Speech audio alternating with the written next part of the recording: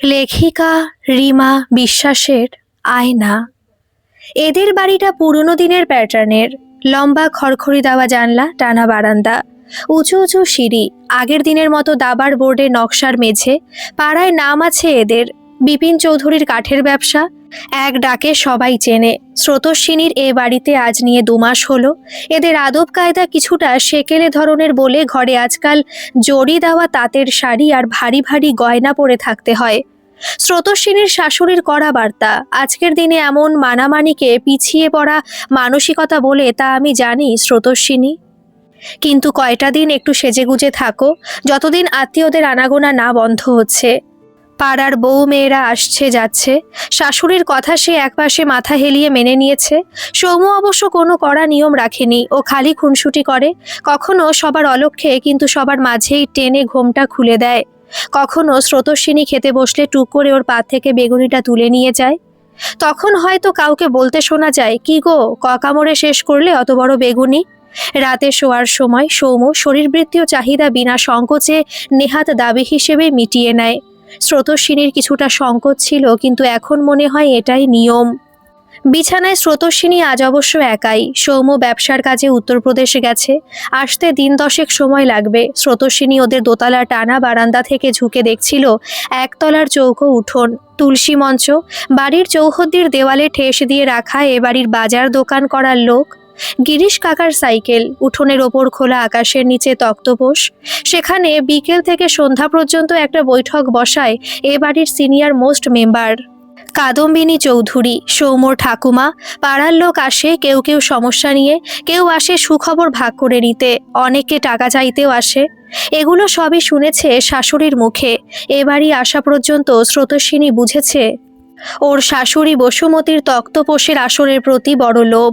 ওইখানে বসে উনিও একদিন সকলের মুশকিল আসান হতে চান। আজ যদিও সন্ধ্যা পেরিয়ে রাত্রি নেমেছে, কালো আকাশে ঝলমল করছে দুধ ভর্তি রেকাবির মতন চাঁদটা, হিম পড়ছে বাইরে। কাদম্বিনী তক্তপোষেই অবস্থিতা। বসুমতী কয়েকবার ডেকে শেষে একটা স্টোল দিয়ে গেল। তক্তপোষের সামনে অবনত মস্তকে দাঁড়িয়ে গিরিশ কাকা। ওদের ভিতর কি কথা হচ্ছে জানতে বড় ইচ্ছে হচ্ছিল। অনেক সময় হলো ওরা একইভাবে কথা বলে চলেছে। মন যখন ওদের প্রতি মগ্ন, তখন কানের কাছে একটা হুপ শব্দ হতে স্রোতস্বিনী চমকালো। টাপুরের বদমায়েশি, সৌম্যর কাকার মেয়ে। এদের একান্নবর্তী পরিবারের হাড়ি আলাদা হলেও বাড়ি এখনো ভাগ হয়নি। ব্যবসার যদিও শাখা বেড়েছে।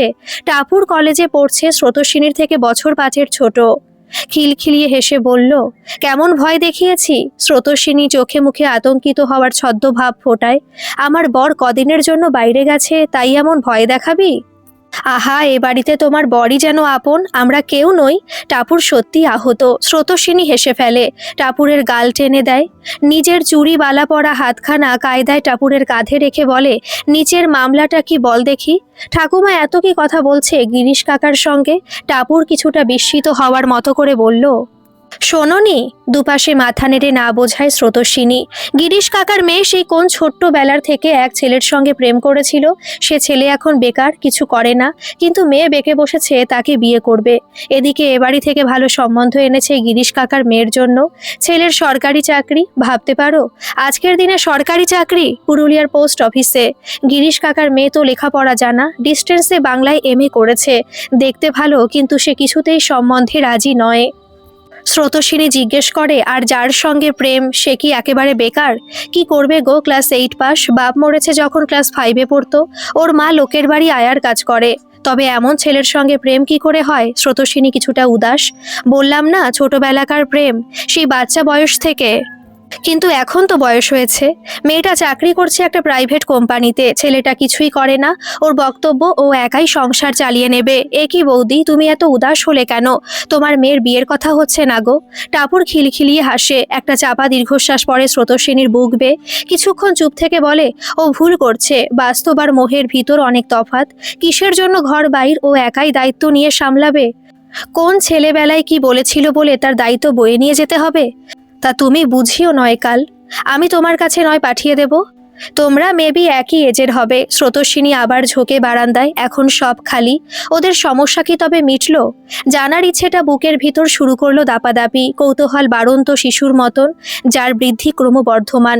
এমনিতে এ বাড়িতে কাজ বিশেষ নেই। কাজের লোকদের তদারকি করানোটাই একটা বড় কাজ, যা এ বাড়ির মা ঠাকুমা জেঠিমা সবাই মিলে সামলে নেয়। নতুন বিয়ে হওয়ায় বেশিরভাগ সময় ফাঁকাই কাটে স্রোতস্বিনীর।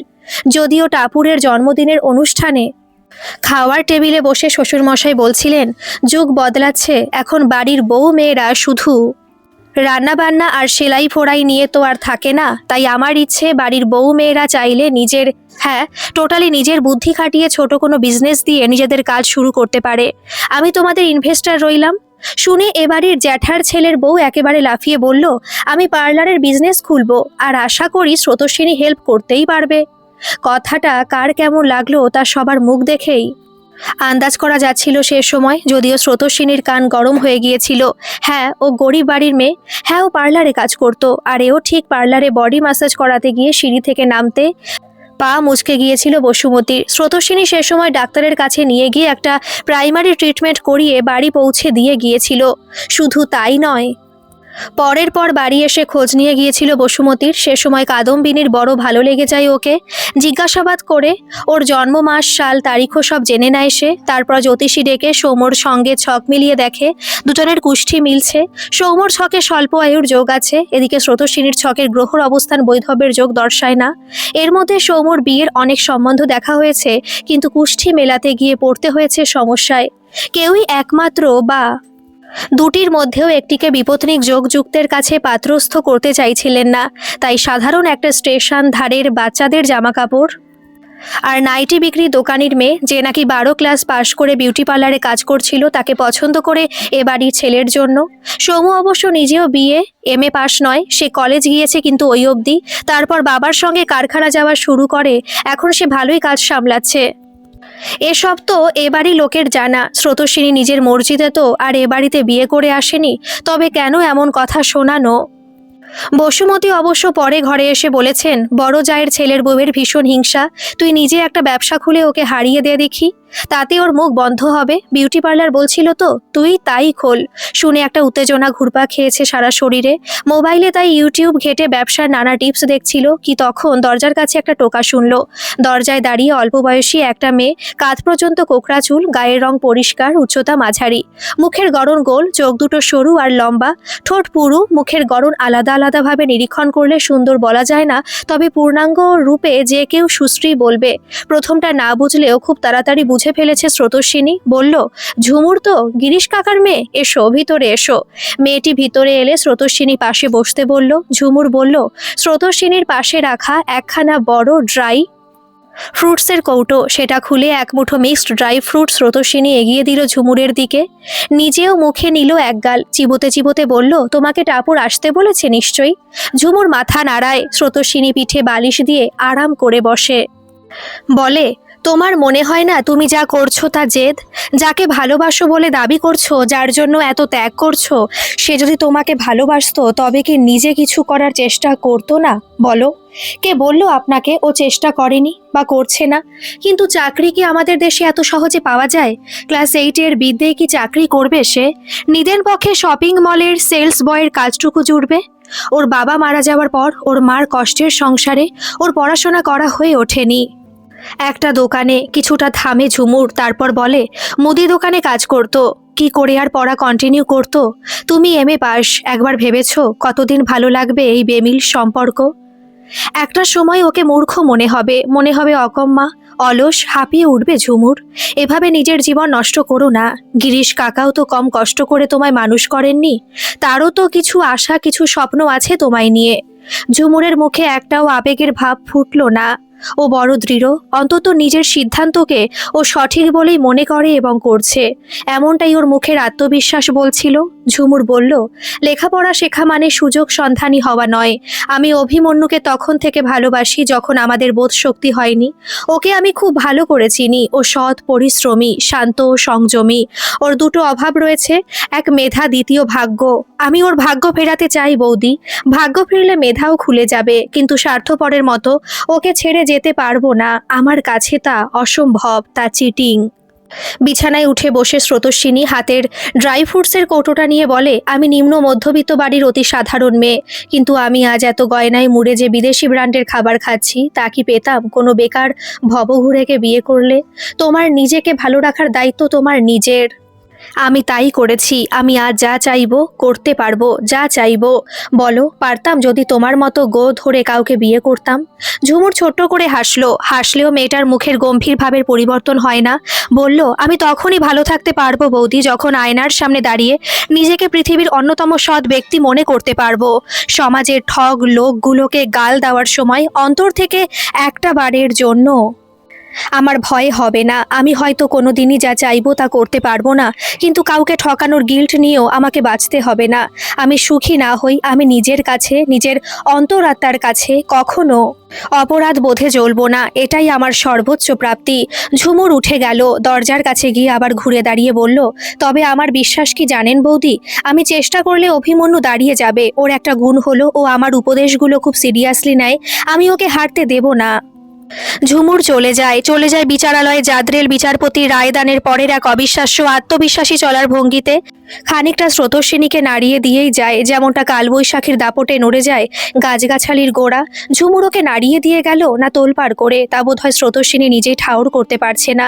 আচ্ছা, ওর কি দরকার ছিল নতুন বিয়ে হয়ে এসে গিরিশ কাকার সর্পিনী মেয়েকে এত উপদেশ দেওয়ার?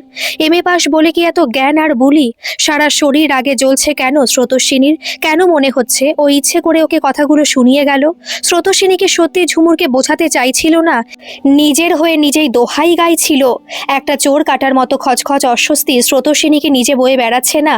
টাপুরের সেদিনের কথা শোনার পর অন্তরীপ কি সে রাতের ঘুম কেড়ে নেয়নি? হ্যাঁ, এত দায়বদ্ধতার সঙ্গে পরের মেয়েকে বোঝানোর কারণ অন্তরীপের প্রতি ওর আচরণ ন্যায়সঙ্গততা বোঝানো নয় কি?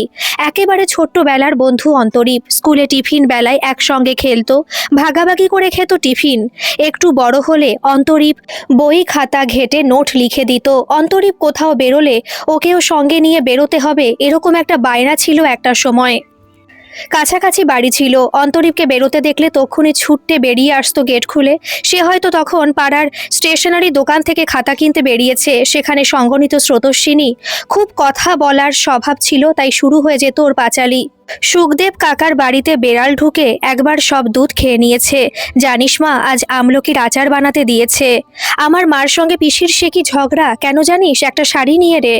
এরপর দোকানে এসে যদি অন্তরীপ বলেছে, থাম দিকিনি খালি বকবক, আমার মাথা ঘুলিয়ে দিলে, কত নাম্বারের খাতা নেব তাই গেলাম ভুলে। তখন সঙ্গে সঙ্গে ডাগর চোখে জল এসেছে স্রোতস্বিনীর। দোকানদারের দিকে তাকিয়ে তাকে হাসতে দেখে আর অন্য খরিদ্দারদের ওকে লক্ষ্য করতে দেখে এক ছুটে বেরিয়ে এসেছে দোকান থেকে। এভাবে সকলের সামনে ওকে অপমান করার মানে হয়? তার কিছু পরে দুটো অরেঞ্জ ক্যান্ডি নিয়ে বাড়িতে হাজির হয়েছে অন্তরীপ। বলেছে, স্রোত রাগ করিসনি, আর বলবো না, প্লিজ নিয়ে নে।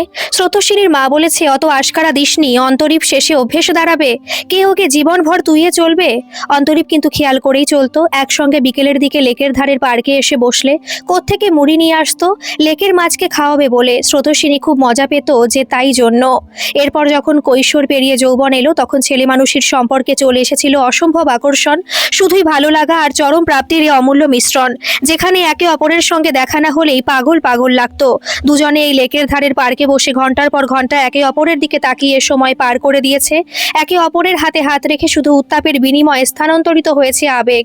রাতের পর রাত জেগে ফোনে কথা বলে ওরা রচনা করে গেছে ওদের কল্পিত মহল, নিজেদের অপূর্ণ আশা পূরণ হওয়ার এক রঙিন পৃথিবী। বাড়ির অবস্থা কারোরই ভালো ছিল না। স্রোতস্বিনীর বাবার ছিল জামাকাপড়ের দোকান, আর অন্তরীপের বাবা ছিলেন বিমার এজেন্ট। অন্তরীপের বাবা একেবারে হুট করেই সেরিব্রাল থ্রম্বোসিসে মারা গেলেন। অন্তরীপ তখন সবে বিটেকে ভর্তি হয়েছে। অনেক কষ্টে ওর বাবা বিটেকে ভর্তি করিয়েছিল অন্তরীপকে, কিন্তু অন্তরীপ কোর্স কমপ্লিট করতে পারল না। টাকার চরম সংকট তখন। শেষে ওর বাবার কোম্পানিতে ঢুকলো এজেন্টের কাজ নিয়ে। সে সময় স্রোতস্বিনী বিউটিশিয়ান কোর্স করছে। 12 ক্লাস সে টেনে টুনে পাশ করেছে। পড়াশোনায় মাথা ছিল না তেমন। অন্তরীপ চাকরিতে ঢুকেছে। ওরা দেখা করলো লেকের ধারের পার্কে।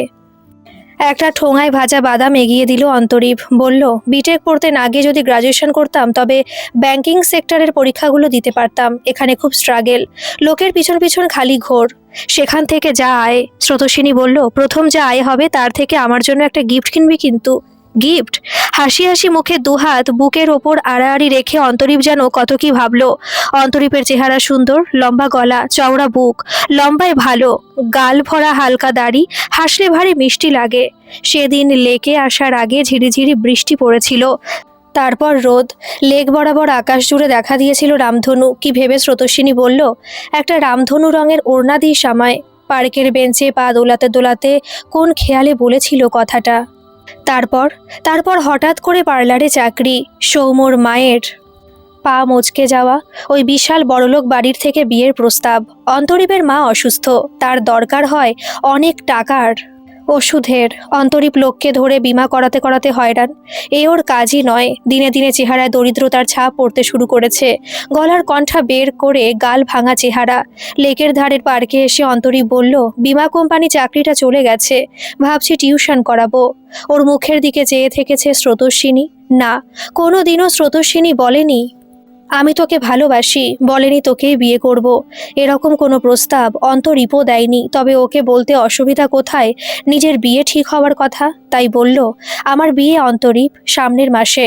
অন্তরীপ হতবাক চেয়ে রইল ওর দিকে। ওর ওই নির্বাক স্থির দৃষ্টির দিকে কেন যেন বেশিক্ষণ তাকিয়ে থাকতে পারল না স্রোতস্বিনী। তীর বিদ্ধ আহত হরিণের ডাগর চোখের দিকে তাকিয়ে থাকা নিষ্ঠুরতা হয়তোবা ব্যাধের থাকে, কিন্তু স্রোতস্বিনী শিকারী নয়। ও পালাতে চেয়েছে, পালিয়ে বেঁচেছে, তাই তাড়াতাড়ি উঠে এসেছে পার্ক থেকে। তারপর কেনাকাটা, পার্লারে ফেসিয়াল, ম্যাসাজ, সাজগোজে ভুলেও গেছে অন্তরীপকে। আর আজ ঝুমুর যেন খোঁচা মেরে গেল পিঠ বরাবর। শিরদাঁড়াটাকে নুয়ে যাচ্ছে স্রোতস্বিনীর। আর ঠিক সে সময় ঘরে হুড়মুড় করে ঢুকলো টাপুর, হাতে কতগুলো প্যাকেট। বলল, এই বৌদি, জেঠিমা বলল তোমার পাওয়া প্যাকেটগুলো খোলো, আর কতকাল কাগজে মোড়া থাকবে। টাপুরের কলকল ধ্বনিতে সম্বিত ফিরল স্রোতস্বিনীর। কতকাল দূরের সময় যেন মোহবলে বেঁধে রেখেছিল ওকে। কি অত ভাবছে, যা বর্তমান তাই বাস্তব, আর বাস্তবে স্রোতস্বিনী সুখী। কিন্তু ও কি হলো স্রোতস্বিনীর? ডাগর চোখে অমন জল উছলে পড়ল যে। টাপুর খুলেছে একটা প্যাকেট, তার থেকে বেরিয়েছে একখানা রামধনু রঙের ওড়না। প্যাকেটের বাইরে লেখা, বজায় থাক তোর পৃথিবীর রংধনু। কাগজটা চোখের আরো সামনে ধরে স্রোতস্বিনী। অন্তরীপ, শান্ত কম কথা বলা অন্তরীপ। লেখাটা ঝাপসা হয়ে আসে ক্রমশ। ওড়না হাতে নিয়ে তার গন্ধ নেয় স্রোতস্বিনী। কান্না আসে, সামলাতে পারে না কান্নার দমক। টাপুর অবাক হয়ে গেছে, কাঁধ ঝাঁকিয়ে জিজ্ঞেস করে চলেছে, কি হলো বৌদি, কাঁদছো কেন? কে দিয়েছে ওড়নাটা? কি হলো? স্রোতস্বিনীর কানে যে একটি বাক্যও ঢুকছে না। স্মৃতিরা কি আজ একসঙ্গে ধসে পড়ে মেরেই ফেলবে ওকে? স্রোতস্বিনীর যেন ঘুম ভাঙলো এক শতাব্দীর পার করে। আবার করে ঘুমিয়ে পড়া বুঝি সহজ হবে খুব? গল্পটি কেমন লাগলো অবশ্যই কমেন্ট করে জানাবেন, আর ভালো লাগলে একটা সাবস্ক্রাইব করে আমার পাশে থাকবেন। ধন্যবাদ।